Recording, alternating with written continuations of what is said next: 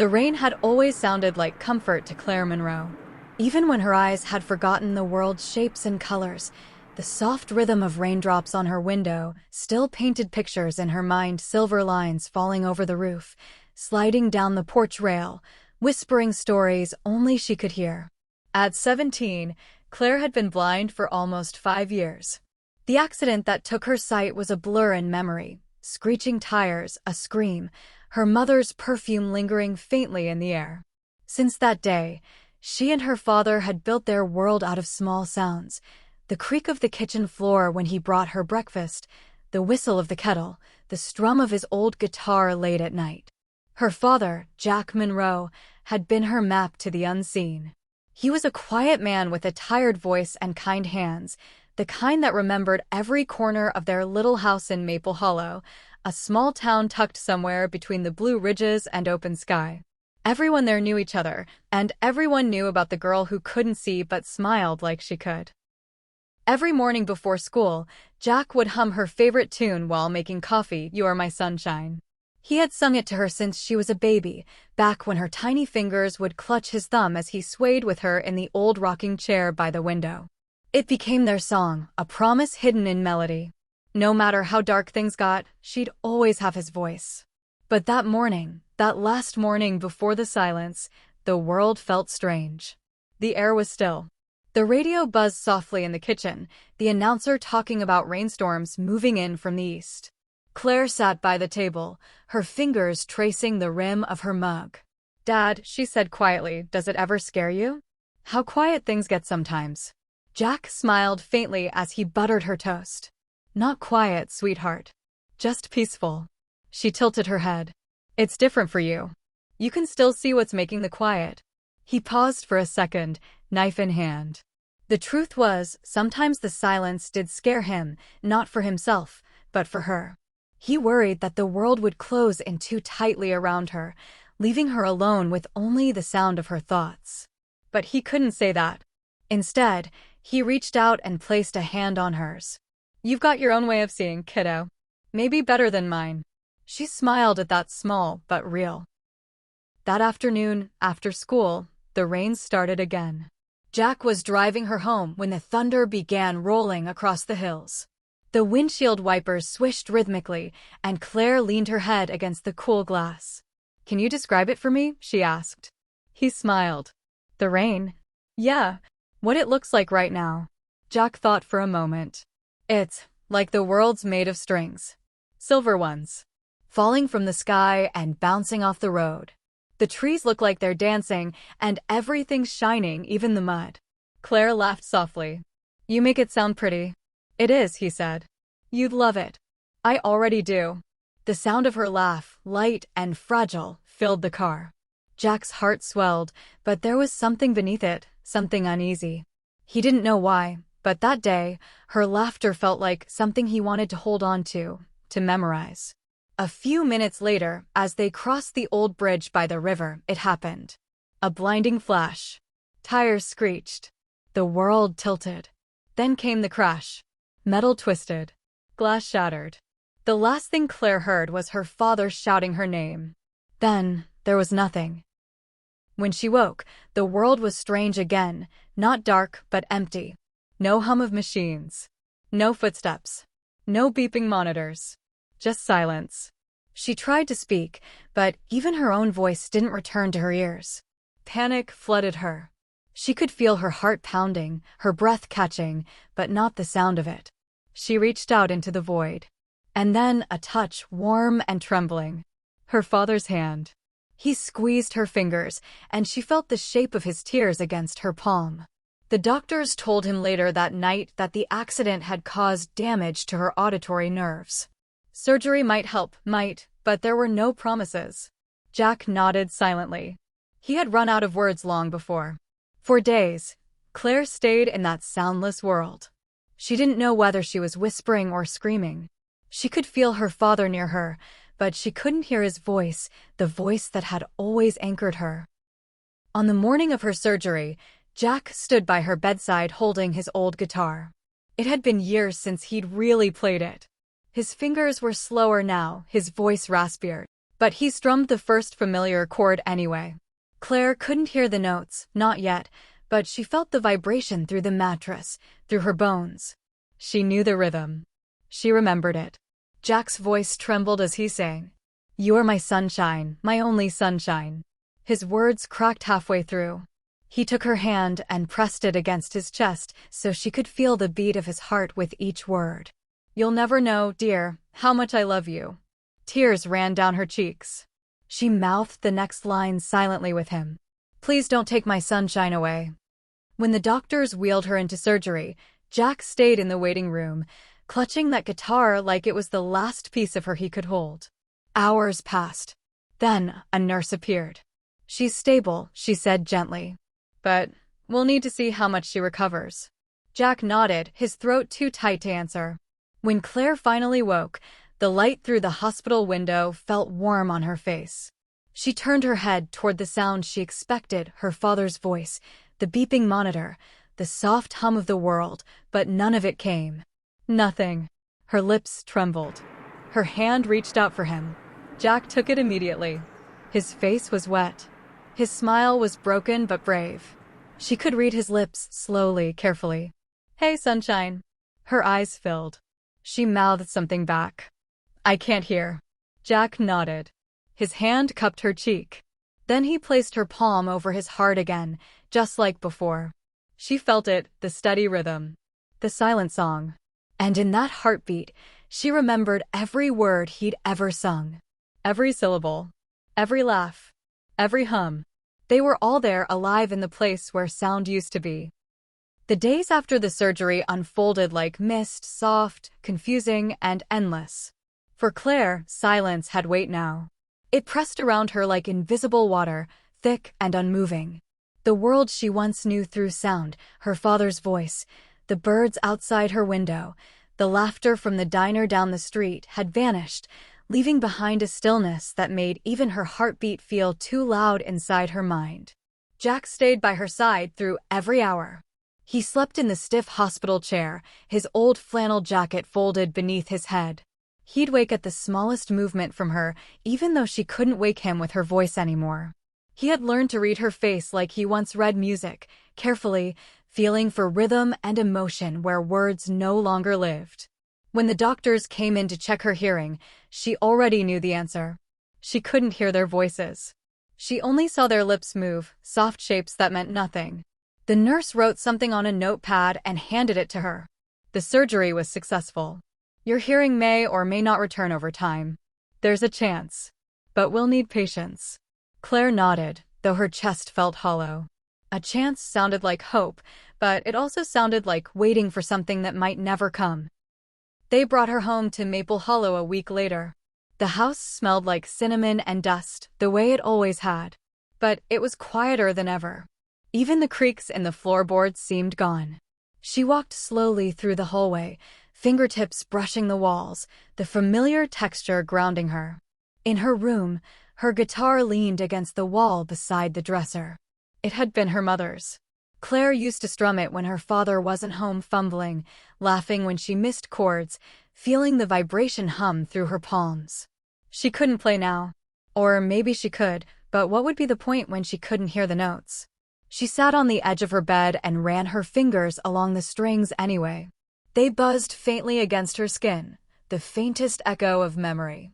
She could feel the sound, even if she couldn't hear it.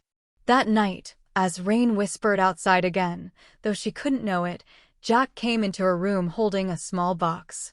He placed it gently in her lap. Inside was a small silver bracelet with a charm shaped like a sun.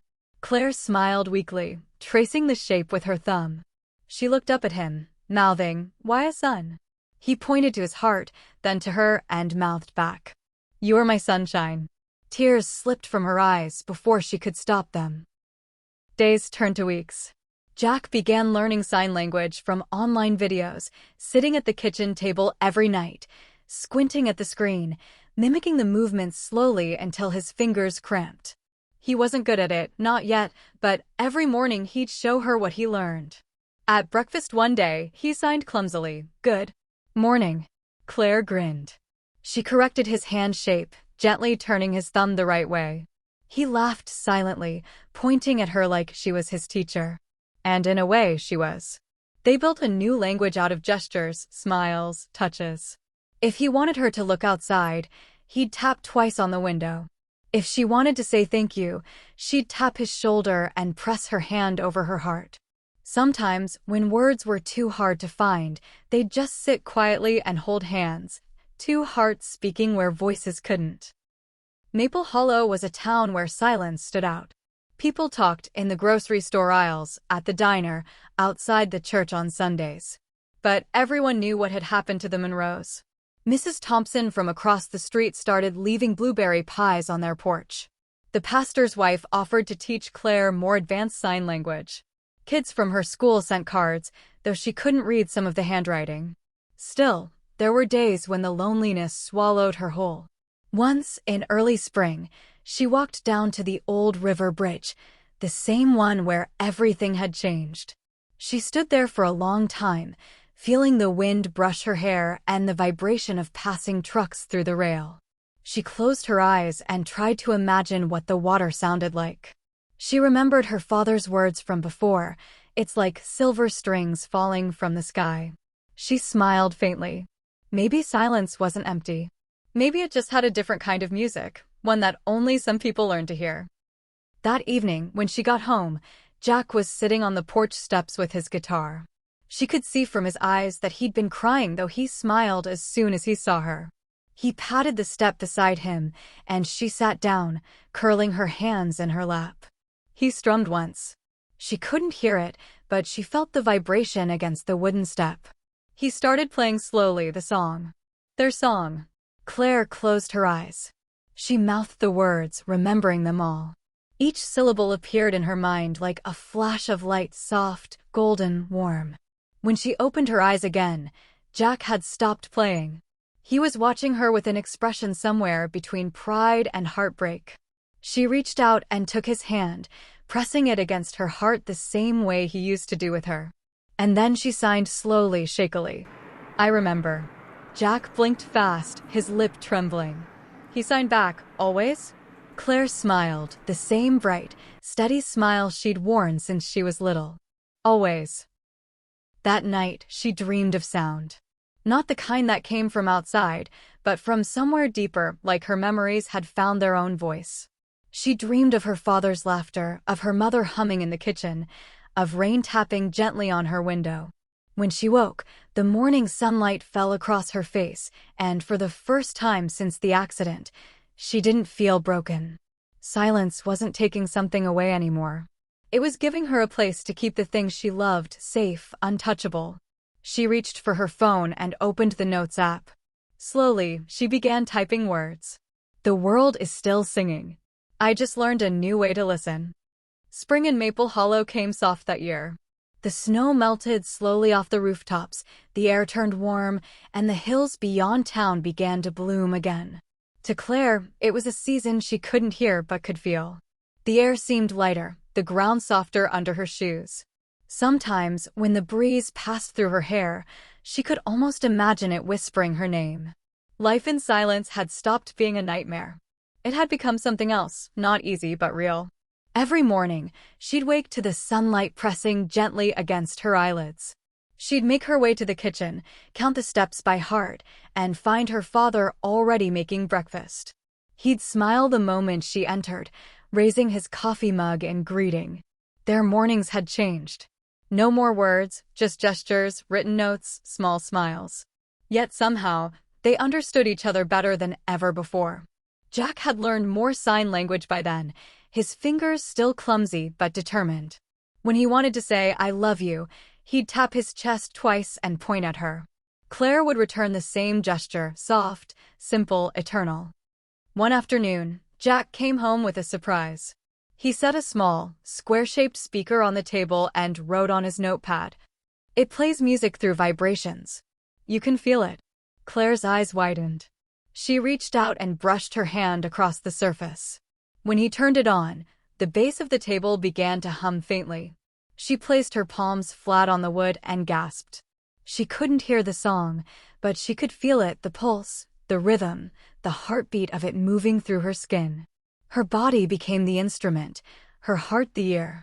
Tears filled her eyes. She looked at her father, smiling and signing, "Thank you." Jack smiled back. "Anytime, sunshine."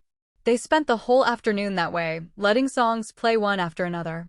Country, old rock, soft folk, songs her father had always loved. At one point, she recognized the pattern of vibrations, the steady rise and fall that matched her favorite song. "You Are My Sunshine." Her fingers trembled as she pressed harder against the speaker, letting the silent melody fill her bones. She couldn't hear it anymore, but she could remember. And sometimes, memory was louder than sound. As weeks passed, Claire found new ways to exist in her quiet world. She learned to sense footsteps by how the floor trembled. She could tell when rain began by how the air changed cooler, denser, with tiny drops kissing her skin. She started baking again, guided by touch and timing, filling the house with the sweet smell of apple pie. Jack often watched her from the doorway, heart swelling with quiet pride. He'd spent months terrified that his daughter would disappear into her silence, but instead, she'd built a new world inside it. She was stronger than he'd ever been. In late April, a letter arrived from the local high school, written by her music teacher, Mrs. Lang. "We're holding a spring showcase next month. We'd love for Claire to participate.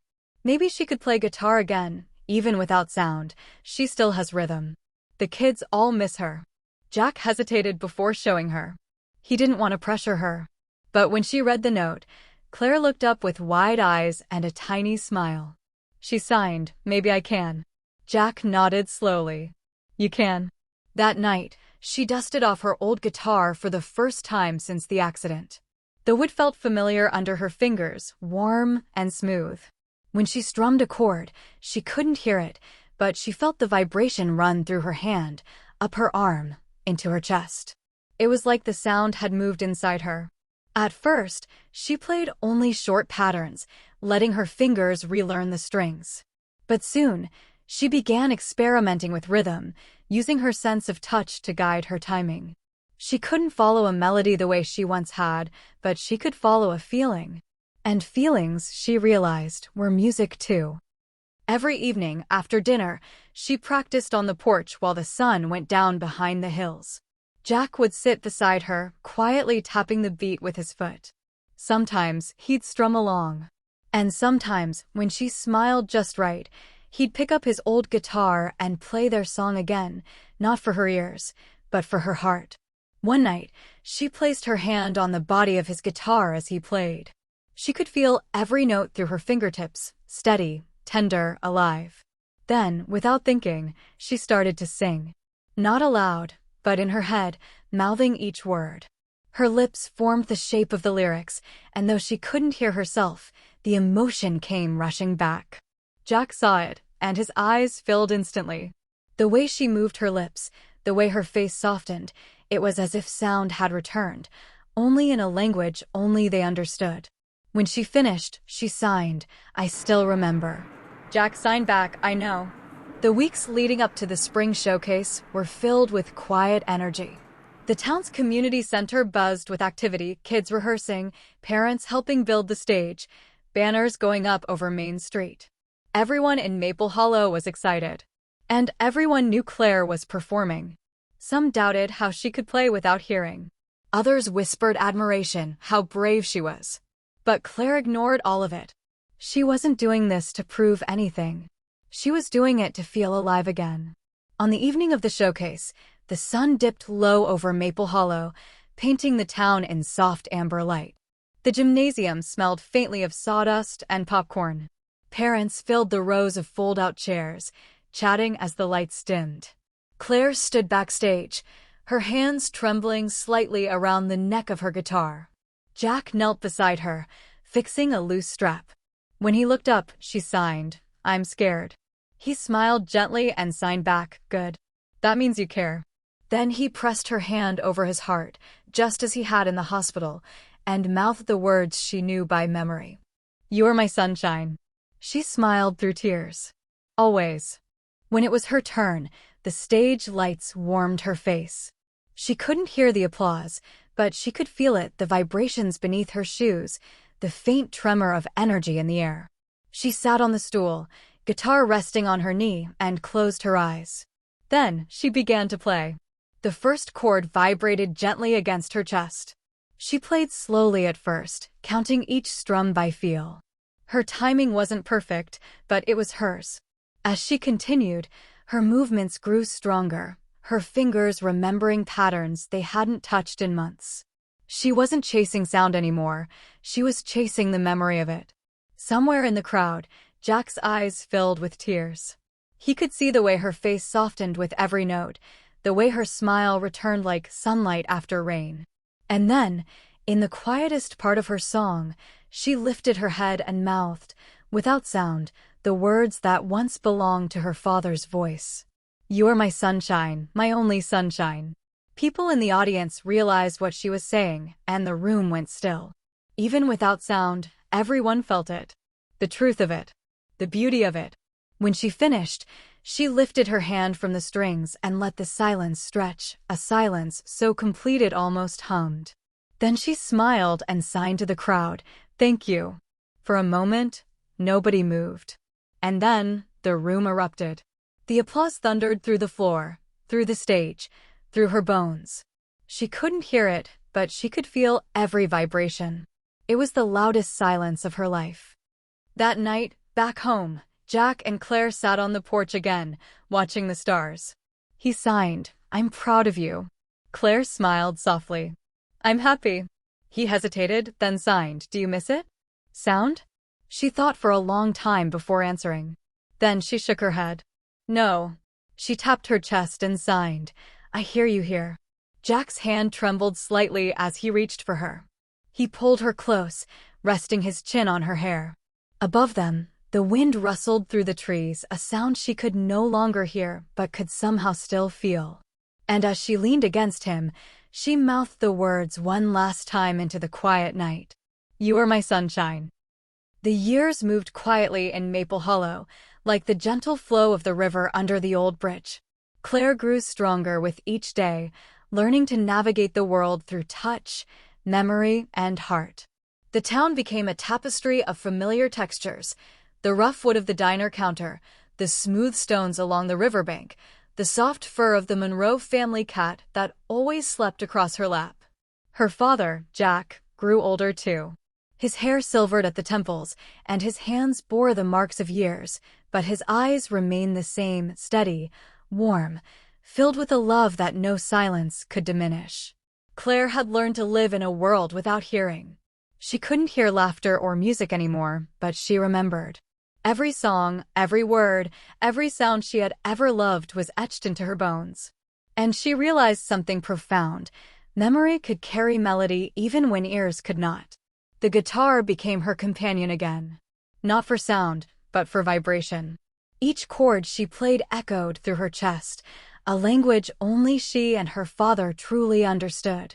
At night, when Jack came home from his shift at the hardware store, she would strum softly on the porch while he sat beside her, tapping the rhythm with his foot, feeling the music flow between them.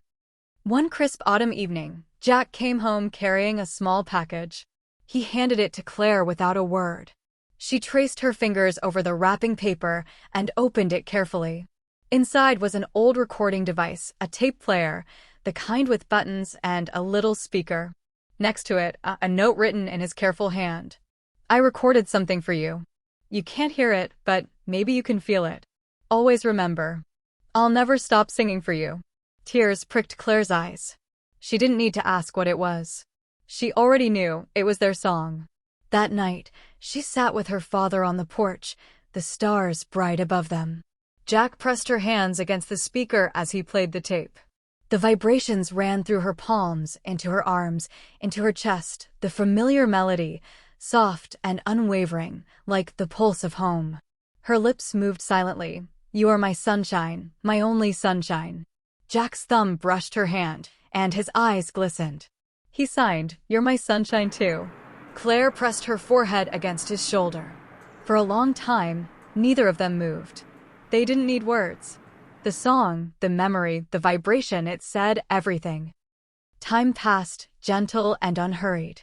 Claire finished high school with the help of tutors who adapted lessons for her, including music and rhythm classes that focused on vibrations. She started teaching younger children in Maple Hollow about living fully in silence, teaching them to hear through touch and memory, to feel the world as she did.